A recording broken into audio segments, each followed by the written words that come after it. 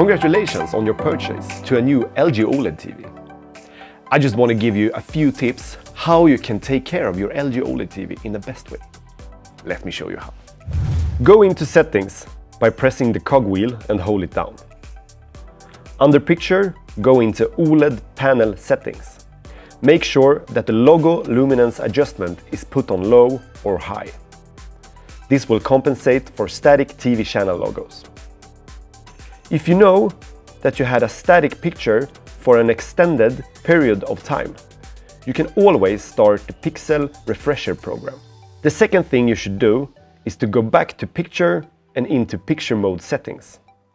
Select Picture Mode and choose the correct mode depending on what you are watching, like cinema for TV shows and movies.